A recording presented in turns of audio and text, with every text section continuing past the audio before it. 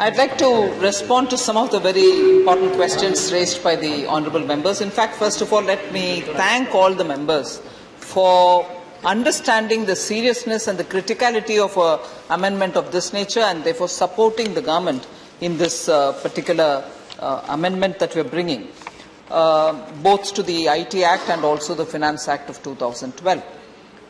One particular question which is very relevant, which was raised by Shri Ahmed Patnaik, saying, is there any confirmation if Keynes, for instance, or Vodafone, that they will not pursue any further appeals or arbitration after the enactment of this bill?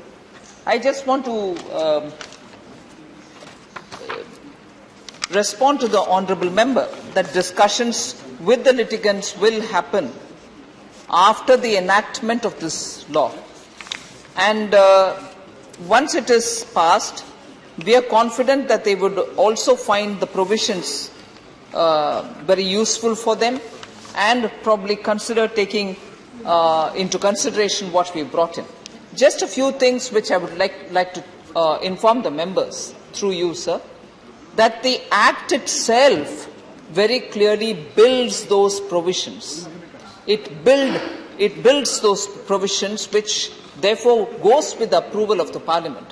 And for anybody who's got to come into this, they will be clear that the Act itself has hardwired those points. What are those? About any interest which has to be paid on those amounts. We are not paying any interest. And that is very clearly part of the Act, and I quote here, sir, provided also that where any amount becomes refundable, in 3 cases, there are some amounts to be refunded. Just for clarity, I can probably even tell you the amounts. There is one which is Kane, which is about 7,879.73 crores, sir. There's another which is Vodafone, which is about 44.74 crores.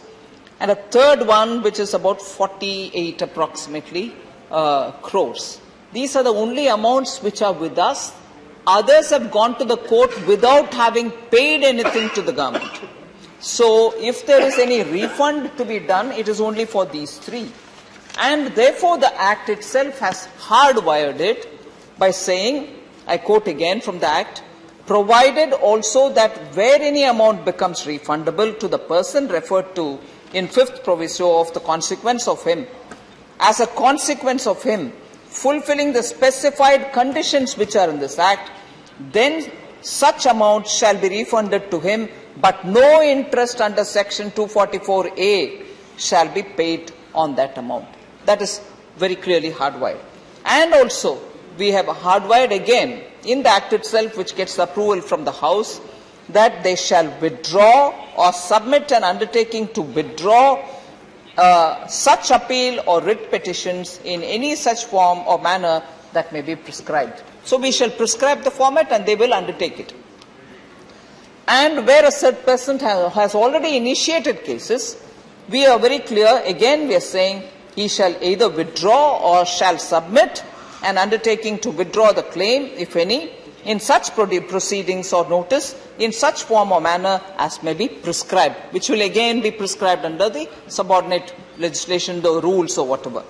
And then finally again, the said person shall furnish an undertaking in such a form and manner as may be prescribed, waiving his right, whether direct or indirect, to seek or pursue any remedy or any claim in relation to the said income which may otherwise be available to him otherwise. And this is even for agreement entered by India with any country or territory outside India. So these are very clearly, it's a simple amendment, has only 3 different clauses, that sense. There's not very many things, it's not complicated, so people can really understand what has been offered, and I'm sure this will be appealing enough and putting an end to this ghost which we've been carrying all these while from 2012. I seek the support of the House to make India look a very clear, transparent and fair taxation land. And therefore, this whole thing about retrospective amendment, which was brought in, and since then we've been bearing the negativity of this all over the world. The first thing which anyone asks the Honourable Prime Minister is, how long are you going to wait to clear this?